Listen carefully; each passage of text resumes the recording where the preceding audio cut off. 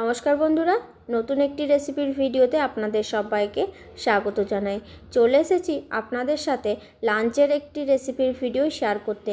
আর শেষ পর্যন্ত রেসিপির ভিডিওটা দেখার অনুরোধ রইল। আর শেষ পর্যন্ত দেখার পর কেমন লাগলো বন্ধুরা অবশ্যই একটা কমেন্ট ও লাইক করে জানাবেন। চলুন তাহলে দেরি না করে রেসিপিটা শুরু করি। আপনারা পুরো ভিডিওটা দেখতে থাকুন রেসিপির, আর আমার সঙ্গে থাকুন। এখানে আমি প্রথমে গ্যাসের চুলা অন করে বড় গ্লাসের 1 গ্লাস জল দিয়েছি, তারপর দিলাম লবণ। এবার দিয়ে দিচ্ছি পেঁপে এবং আলু। একটা আমি আলু নিয়েছি মাঝারি সাইজের, আর এদিকে পেঁপে নিয়েছি, পেঁপেটাকেও ছোট ছোট করে কেটে নিয়েছি। আর দিয়ে দিলাম 1 বাটি পরিমাণ সয়াবিন। এবার সয়াবিন, পেঁপে, আলুগুলোকে কিছুটা সিদ্ধ করে নেব। সয়াবিনটা আমি একটু ফুটিয়ে নেব, তারপর তুলে নেব।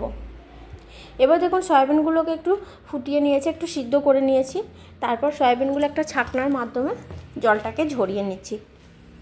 তারপর ঠান্ডা জলে দিয়ে সয়াবিনগুলোকে ভালো করে জল ঝরিয়ে নেব। যেসব বন্ধুরা আমার এই চ্যানেলটিকে সাবস্ক্রাইব করে পাশে আছেন তাদেরকে অসংখ্য ধন্যবাদ জানাই। নতুন বন্ধু যারা আছেন এখনও এই চ্যানেলটিকে সাবস্ক্রাইব না করে থাকলে, আমার শেয়ার করা নতুন নতুন রেসিপির ভিডিও দেখতে ভালো লাগলে অবশ্যই চ্যানেলটিকে সাবস্ক্রাইব করে পাশে থাকবেন। এদিকে কথা বলতে বলতে আমি সয়াবিনও তুলে নিয়েছি, তারপরে জল থেকে পেঁপে আলুগুলোকেও তুলে নিয়েছি। এবার সয়াবিনগুলো ভালো করে জল আমি ঝরিয়ে নিয়েছি। কড়াইয়ের মধ্যে তেল দিয়ে সয়াবিনগুলো হলুদ দিয়ে ভেজে নিচ্ছি।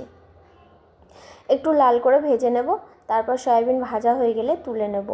পেঁপে দিয়ে সয়াবিনের এই রেসিপিটা দুপুরে গরম ভাতে থাকলে দেখবেন এই একটা তরকারি দিয়েই 1 প্লেট করে ভাত খাওয়া হয়ে যাবে। এবার দেখুন আমি সয়াবিনগুলো ভেজে তুলে নিয়েছি। আবারও আমি কড়াইয়ের মধ্যে তেল দিয়েছি। সর্ষের তেল দিয়ে তেলের মধ্যে ফোড়ন দিলাম 5 ফোড়ন, আর দিয়ে দিচ্ছি একটা মিডিয়াম সাইজের পেঁয়াজ লম্বা করে কুচি করে নিয়েছি। পেঁয়াজ কুচিটা একটু ভেজে নেব। তারপর আমি হাফ সিদ্ধ করে নেওয়া পেঁপে আলুগুলোকে দিয়ে দেব। পেঁপে আলু দিয়ে ভালো করে পেঁয়াজের সাথে ভেজে নেব, সামান্য পরিমাণে হলুদের গুঁড়ো দিয়ে। পেঁপে, আলু, পেঁয়াজ একসাথে আমি ভেজে নিচ্ছি। যতক্ষণ ভেজে নেব পেঁয়াজগুলো গোল্ডেন ব্রাউন না হচ্ছে। পেঁয়াজগুলো গোল্ডেন ব্রাউন করে ভাজা হয়ে গেলে পেঁপে আলুটাও অনেকটা ভাজা হয়ে যাবে। তারপর আমি বাটা মশলাটাকে দিয়ে দেব।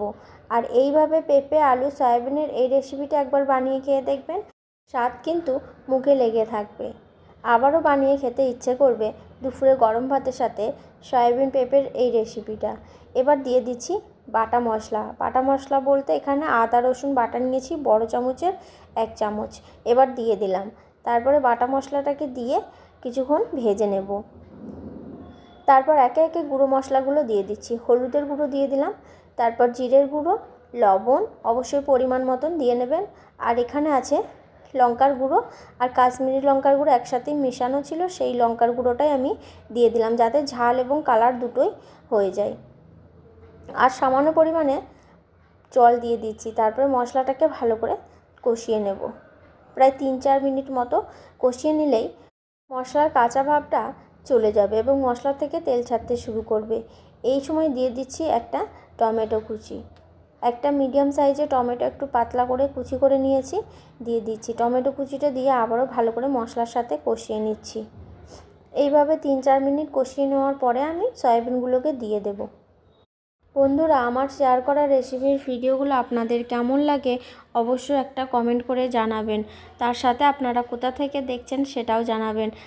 আপনাদের একটা কমেন্টেই আমার আরও আগ্রহ বেড়ে যাবে নতুন নতুন রেসিপির ভিডিও বানিয়ে আপনাদের সাথে শেয়ার করা। তাই অবশ্যই কমেন্ট করবেন, আর নতুন বন্ধু হয়ে থাকলে চ্যানেলটিকে সাবস্ক্রাইব করে পাশে থাকবেন। আমার শেয়ার করা নতুন নতুন রেসিপির ভিডিও যদি দেখতে আপনাদের ভালো লাগে, আমি চেষ্টা করি ঘরোয়া পদ্ধতিতে ঘরে থাকা উপকরণ দিয়েই নতুন নতুন রেসিপির ভিডিও বানিয়ে আপনাদের সাথে শেয়ার করা। এবার আপনাদের সাথে কথা বলতে বলতে আমি এখানে 1-2টো কাঁচা লঙ্কা নিয়েছি, কাঁচা লঙ্কা চিড়ে দিয়ে দিলাম। তারপর আবারও কিছুক্ষণ কষিয়ে নিচ্ছি। সয়াবিন দিয়ে ভালো করে মশলার সাথে আলু, সয়াবিন, পেঁপে সব কিছু কষানো হয়ে গেছে। এবার সিদ্ধ হওয়ার জন্য জল দিচ্ছি। আলু, পেঁপে, সয়াবিন অনেকটা সিদ্ধ হয়ে গেছে এবং বাকিটা সিদ্ধ হওয়ার জন্য জল দিয়ে দিলাম। তারপরে জল দিয়ে ভালো করে মিশিয়ে নিয়ে গ্যাসের ফ্লেমটা লো টু মিডিয়ামে রেখে সিদ্ধ করে নেব। এবার দিয়ে দিচ্ছি সামান্য পরিমাণে চিনি। এটা একদম অপশনাল, যদি না দিতে চান তাহলে স্কিপ করে দেবেন। আর ভালো করে ফুটিয়ে নেওয়ার পরে আমি দিয়ে দিচ্ছি সামান্য ধনেপাতা কুচি আর গরম মশলা। এবার ফ্লেমটাকে লোতে রেখে একটা কভার করে দেব। তারপর কিছুক্ষণ পর আমি ঢাকনা খুলে গ্যাসের ফ্লেমটাকে বন্ধ করে দেব। সয়াবিন আলু সিদ্ধ হয়ে গেলে ধনেপাতা কুচি গরম মশলা দিয়ে ভালো করে আবারও নেড়ে নিলাম। 4-5 মিনিট ঢাকনা চাপা দিয়ে ফুটিয়ে নিয়েছি। এবার ঢাকনাটাকে খুলে নিলাম। আলু, পেঁপে, সয়াবিন সব কিছু কিন্তু পুরোপুরিভাবে সিদ্ধ হয়ে গেছে আর আমার তরকারিটা রেডি হয়ে গেছে। এবার গ্যাসের ফ্লেমটাকে বন্ধ করে অন্য একটা পাত্রে ঢেলে নেব। আশা করছি বন্ধুরা আজকে শেয়ার করা সয়াবিন পেঁপের এই রেসিপিটা আপনাদের ভালো লেগেছে। ভালো লাগলে অবশ্যই একটা লাইক, কমেন্ট, শেয়ার করবেন। পরবর্তী রেসিপির ভিডিও দেখতে চাইলে চ্যানেলটিকে সাবস্ক্রাইব করে পাশে থাকবেন। আজকের মতন এখানেই শেষ করছি। দেখা হবে পরবর্তী আবার কোনো রেসিপির ভিডিওতে। সবাই সুস্থ থাকুন, ভালো থাকুন।